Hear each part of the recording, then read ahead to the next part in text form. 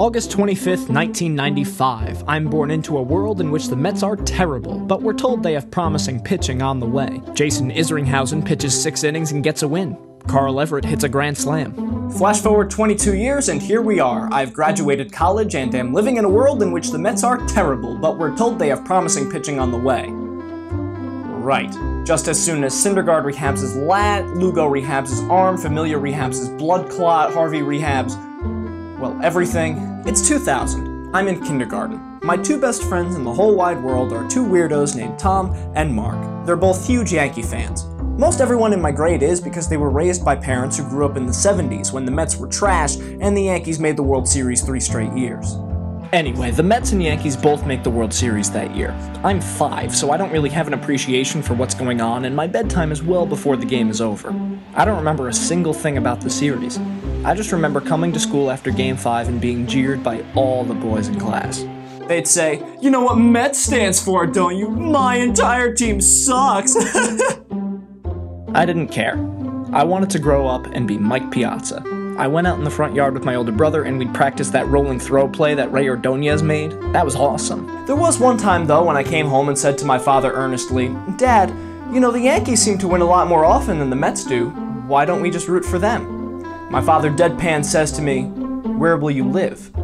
I was confused. Because if you root for the Yankees, you won't be living here.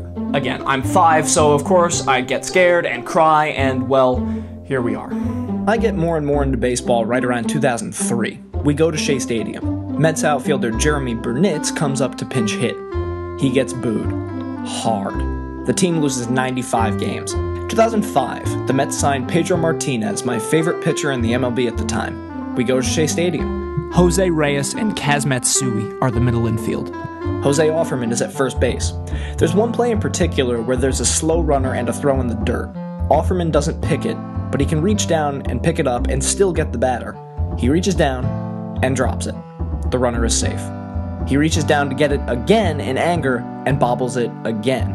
Mets baseball. We're left counting down the days until Doug Mankiewicz comes back from injury. Dark times. 2006, the magic is back. We have a young core of David Wright and Jose Reyes, the veteran bats of Carlos Beltran and Carlos Delgado, Cliff Floyd, Paul LaDuca. We have Pedro, Billy Wagner, John Maine, El Duque Hernandez, Sean Green is randomly on the team, I forgot about that. This is it. We win tickets to Game 7 of the NLCS. This is our moment. We're in the nosebleeds of Shea Stadium down the third base line. The stadium moves beneath our feet. Endy robs the home run. Aaron Heilman gives up a homer to Yadier Molina. The bases are loaded for Carlos Beltran, and silence. Dead silence. You can hear the Cardinals celebrate from high above the stadium. You can pick out individual voices. 2007. All right, last year was painful, but we were in the NLCS. We can get back, no problem. The core is still intact. We're hitting well. Sean Green is still randomly on the team. We're fine. We're up 7 games with 17 to play. Jesus Christ. Okay, it comes down to the last game of the year. But we're playing the Marlins. They suck. And who's on the mound? Tom Glavine? Like Hall of Famer Tom Glavine? 10-time All-Star Tom Glavine? Mr. Pinpoint Control Tom Glavine? We're still fine, right? No? Jesus. 2008. Willie Randolph gets fired as manager. Carlos Delgado can't hit. Billy Wagner is hurt. Luis Ayala is closing games, but we're still a playoff team. We make a push and Delgado ends up being an MVP candidate. Johan Santana is owning the National League. But once again, we can't hold the division lead. Up 3.5 with 17 to play turns into needing a win on the last day of the season to stay alive again. This time, I'm there with my dad and brother. It's the last regular season game ever played in Shea Stadium. Oliver Perez is on the mound and the whole city is chanting his name. It's the loudest chant I've ever heard for an individual player. It's 2-2 in the 8th. Mike Jacobs is up. We bring in Scott Schoenweiss to pitch to the lefty. The Marlins turn to Wes Helms to pinch hit. Helms takes Schoenweiss deep. We pull him for Luis Ayala to pitch to Dan Ugla. Ugla goes yard. The Marlins win 4-2. The Mets have collapsed again. The ceremony to close down the stadium is brutal. Like, why would you bring in Scott Schoenweiss when you know a lefty killer like Helms is on the bench? Just leave in the righty. Righties hit .333 and OPS .955 against Schoenweiss. Every righty has Albert Pujols to him. Why bring him in? 2009. Citi Field opens. The team looks good on paper, but falls apart. No one can stay healthy. The team posts a losing record for 6 straight seasons. Jason Bay comes and goes. He's booed. Hard. The slew of horrible hitters is incredible. Like, do you remember Bobby Abreu, the Met? What about Gary Matthews Jr., Chris Young, John Mayberry, Brad Emis, Rod Barajas, Omir Santos? All those prospects we thought were going to be the next big thing. Remember Ike Davis, Kirk Neuenhuis, Mike Baxter, Matt Den-Decker, Nick Evans? How about that bullpen help? What about Jose Valverde, Frank Francisco, Daisuke Matsuzaka, John Roush? 2015, year 5 of the Sandy Alderson 5-year plan, the year we've been told from the beginning that things were going to start turning around. The team looks competitive. The pieces are finally coming together. What could possibly go wrong? July 29th, the Mets are playing the San Diego Padres. They're losing, which means they'll be 2 games behind the Washington Nationals for the division lead after the game. They're so close, but they desperately need a power hitter, preferably an outfielder. What follows is undoubtedly the craziest night of the 2015 season. Here's the timeline. 8:57. Joel Sherman of the New York Post tweets, "It's a done deal. The Mets are getting Carlos Gomez." The Mets had Carlos Gomez 10 years ago as a minor leaguer. He was traded away in the deal that brought Johan Santana to New York. He had carved out a nice career for himself, but he was hardly a sexy trade piece. At the time, he was only hitting .262 with 8 home runs, and hip problems had reportedly hindered his ability to steal bases. Gomez's teammate, Martin Maldonado, tweets a farewell to Gomez from the Brewers team plane. 9:01. Trade news is circulating the Twitterverse. The trade is being announced by reporters as Gomez for injured starting pitcher Zack Wheeler and Mets shortstop Wilmer Flores. The deal is said to be finalized pending medical reports. 9:37. Wilmer steps up to the plate for what looks like his last time as a Met. The crowd gives him a standing ovation. He's apparently told while standing in the on-deck circle that he's been traded by some fans trying to wish him luck in Milwaukee. He grounds out to the shortstop and takes a long walk to the dugout. He wipes his eyes. It's finally hitting him. 9:45. The Mets take the field for the top of the 8th inning. After a long talk with manager Terry Collins, Wilmer Flores runs out to shortstop. He stays there. The inning is starting. Wilmer Flores is staying in the game. Emotions get the best of him. He's under the impression that the team he's been a part of since he was 16 years old 8 years ago has traded him away.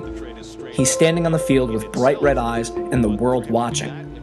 Why aren't the Mets taking him out? 9:54. Ken Rosenthal tweets out a quote from a source. "The entire world has jumped the gun." Okay. 10:22. The Mets lose to the Padres 7-3. Terry Collins eviscerates the media, saying no one ever told him about any trade. Like Flores, he's lost, confused, and emotional. But above all, he's mad. And so this kid comes off the field tonight. He hears he's traded. He's upset by it. And I don't know anything about it. 10:54. Mets general manager Sandy Alderson says there is no trade, there never was a trade, and there never will be a trade for Carlos Gomez. The whole thing was Twitter journalism gone wrong. The next day, the Mets blow a 7-1 lead to the lowly Padres in what is undoubtedly the worst loss of their season. The Brewers turn around and trade Carlos Gomez to the Houston Astros. New York is running out of options, and they've humiliated their young starting shortstop. They're back to where they always end up. League laughingstock. But then something happens. Just 10 minutes before the MLB trade deadline, the Mets make a move. They send minor league starting pitcher Michael Fulmer to the Detroit Tigers for Cuban superstar Yoenis Cespedes. This is it. This is our 4-hitter. He's got an incredible highlight reel of skyscraper home runs and laser beam throws. He's the real deal. This is it! That night, the Mets start a series against their division-leading rivals, the Washington Nationals. The game is tied 1-1. Wilmer Flores has already got an RBI single under his belt. Citi Field is chanting his name. Every at-bat and every ground ball fielded draws raucous cheers. In the bottom of the 12th, Flores leads things off. 11-11. 1-1 count. Felipe Rivero kicks and deals. Flores drives it. Deep left center field. Taylor back near the wall. It's out of here! Flores ends it with a home run! Citi Field is about to come apart at the seams. Yoenis Cespedes shows up the next day, and the Mets sweep the Nationals. They're tied for the division lead. Travis d'Arnaud tells some random people on the highway, let's win this shit. Die hard. Let's make this shit. Hey, let's get it. All day, baby! And it hits me.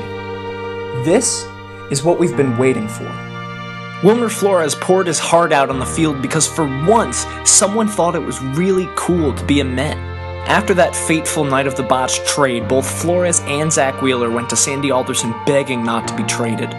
Something was happening, and they wanted to be a part of it. They believed the New York Mets could win. They wanted the New York Mets to win. Being a Met was cool. Being a Met fan had never been cool before. But then I looked around. The Seven Line Army was gaining a huge cult following. It gets national media attention. All of a sudden, Met fans are the fun crowd. We're the rambunctious, passionate blob of orange in center field of Citi, while our suit and tie, no beards allowed, crew-cut older brothers languished in mediocrity. Our scars have made us stronger. We have character. We own our past and use it as fuel for our present and future. Yoenis Cespedes hit 17 home runs as a Met for the rest of the year, including one of the hottest stretches of his career. The Mets sweep the Nationals in early September to put the division out of reach. Cespedes single-handedly destroys Drew Storen's life. It's going for a ride. It's not coming back. Unbelievable. The latest chapter in this fairy tale season. The Mets win the division. David Wright homers in the clinching game. It just feels right. New York then slays the two-headed monster of Clayton Kershaw and Zach Greinke in the NLDS. Then they sweep the Chicago Cubs in the NLCS. All of a sudden, nothing can stop the Mets. They're heading to the World Series for the first time in 15 years. Met fans are in delirium. The lovable losers, the team everyone loves to laugh at, they are on the precipice of glory. Everything can be put behind them. Kenny Rogers walking in the winning run in 1999, Timo Perez not running home in 2000, the suckitude of 2001 to 2005, not getting Vlad Guerrero, Beltran taking strike 3, the collapses of 2007 and 2008, the lost season of 2009, the suckitude of 2010 to 2014, Bernie freaking Madoff, all of that can be forgotten with just 4 more wins. Hell, just put up a good fight. An admirable effort will get the world to stop laughing at you. The Royals beat the Blue Jays in the ALCS. Game 1 is in Kansas City.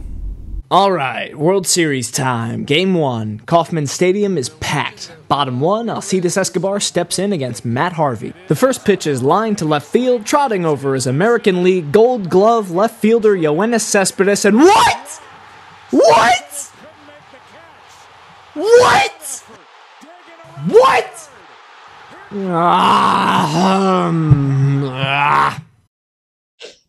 Okay, this is good. We bottomed out, and it's pitch 1 of game 1. It can literally only go up from here.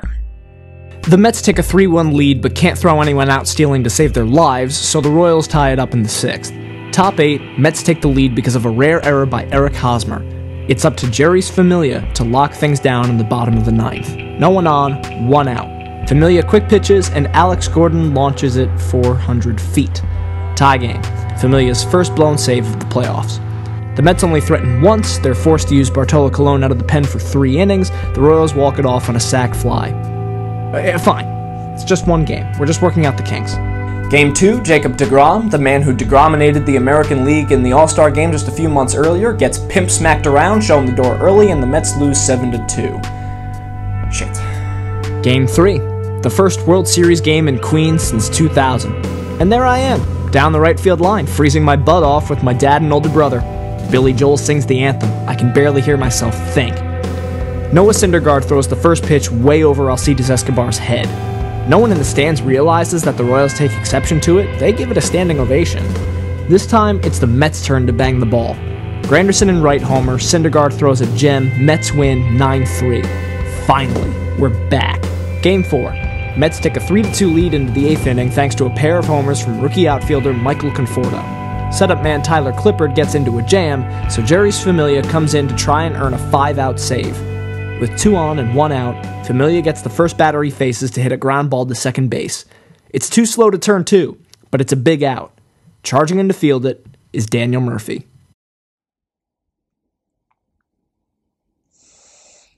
You know, Daniel Murphy has had a really interesting career. He started out with the Mets 7 years earlier as a left fielder, but couldn't track a fly ball to save his life. The Mets tried moving him over to first base, and he was pretty atrocious there too. He just had stone hands. 2011, the Mets took a shot in the dark and tried moving Murph over to second base. It was just one last-ditch effort to try and find Murph a home on the field while filling a 5-year hole at the position. Murph's bat was just too good to hide on the bench. He was a doubles machine. He worked extremely hard, put in his due diligence in the Arizona Summer League, and believe it or not, he actually sticks. By 2012, he was the everyday second baseman. He wasn't going to win any gold gloves, but by God, he was trying. Then in October of 2015, something in him snaps. In the NLDS, he homers off the best pitcher in baseball, Clayton Kershaw, twice. And he homers off of Zack Greinke, then John Lester, then Jake Arrieta, then Kyle Hendricks, then Fernando Rodney.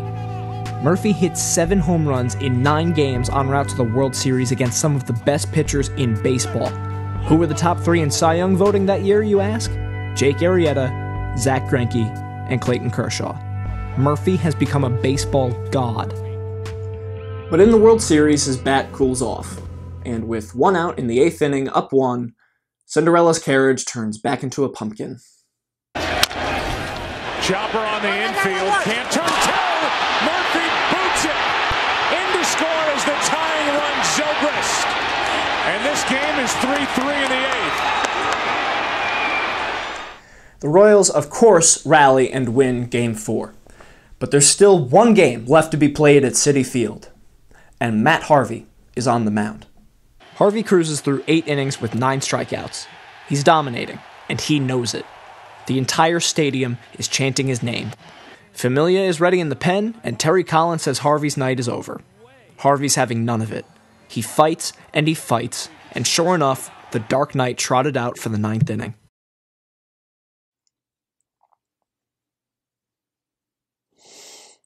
You know, it was reported before Game 3 of the World Series that the Mets actually let their starting pitchers determine what uniforms they're going to be wearing before big games. Matt Harvey was fond of the blue with orange lettering while at home. And I can't say I blame him. The Mets were 3-0 in the postseason while wearing these jerseys. They're good-looking threads. Anyway, I'm stalling. Harvey walks the first batter of the inning, bringing the tying run to the plate. Harvey's adrenaline has taken the legs out from under him. Hosmer doubles to bring home the run. Harvey is pulled for Jerry's Familia. Moustakas moves the runner over to third, 1 out. Salvador Perez is up. He saws his bat in half, chasing an inside splitter. David Wright cuts off the grounder and freezes Hosmer. He gets Perez at first. Hosmer breaks for the plate. Lucas Duda takes a step and fires it home.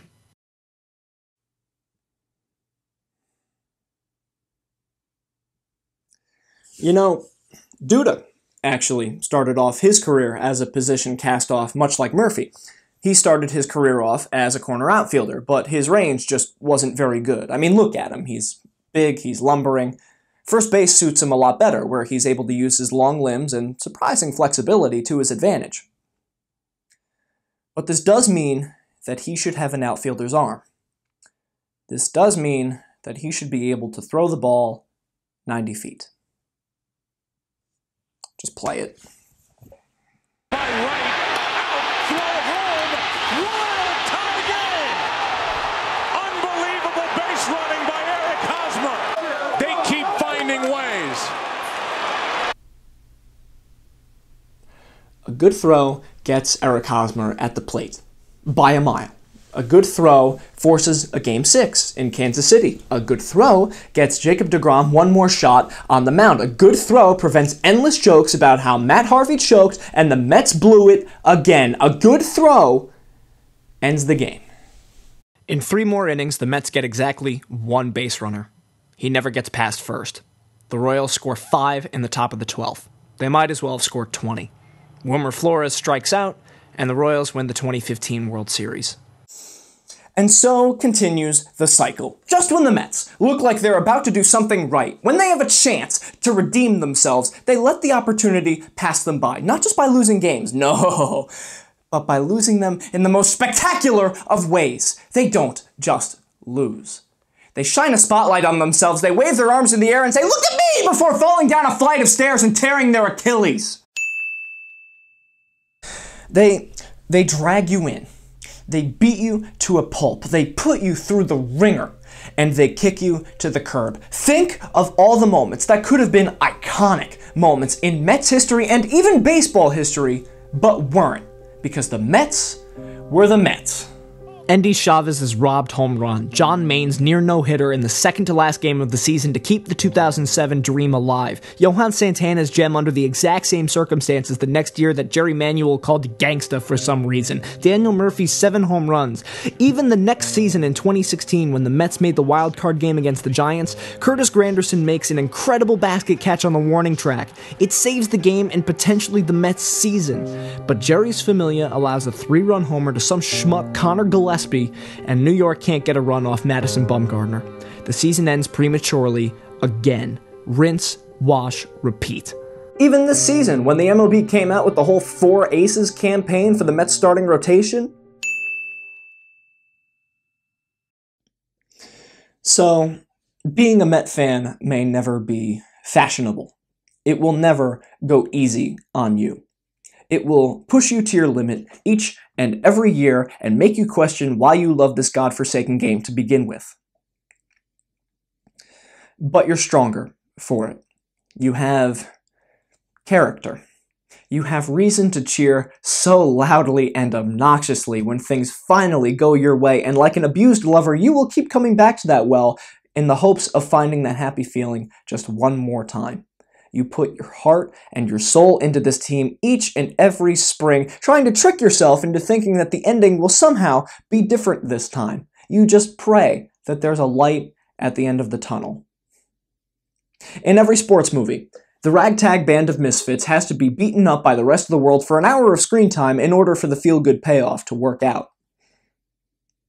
I haven't lived to see the ultimate final glory yet. But when I do, when it does happen, I will be there cheering with all the other fans who have weathered the storm with me. And that makes being a Met fan pretty cool to me.